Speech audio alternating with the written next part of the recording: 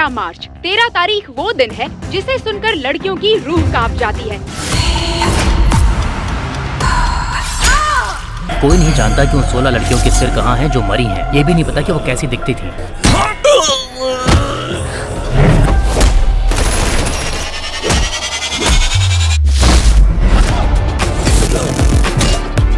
So hey guys, welcome to Wishi। तो अगर आप ढूंढ रहे हो कुछ ऐसे मूवीज जिनके अंदर आपको सबसे ज्यादा मिस्ट्री एंड थ्रिलर देखने को मिले, तो मैं आपको एक ही बात बोलूंगा, अब इस वीडियो को पूरा देख लेना। आपको इस चीज में इतने कमाल के suspense, serial killer, murder, mystery देखने को मिलेगी, जिसे देखने के बाद आप मुझे खुद आकर कमेंट सेक्शन में थैंक्स बोल कर जाओ। 10 मूवीज के बारे में बताऊंगा, जिनमें से आप अगर एक ही मूवीज मिस कर दोगे तो आप एक अच्छी मूवीज मिस कर दोगे। आज की इस लिस्ट के सारी मूवीज बवाल है। I was in my bathroom and I heard something।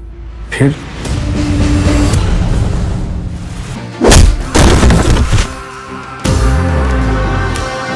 Report कहती है कि सीरियल किलर ने उनका बलात्कार करके मार डाला। अब तो जेल जाना पड़ेगा, जेल का पानी पीना पड़ेगा। डाक डाक डाक डाक।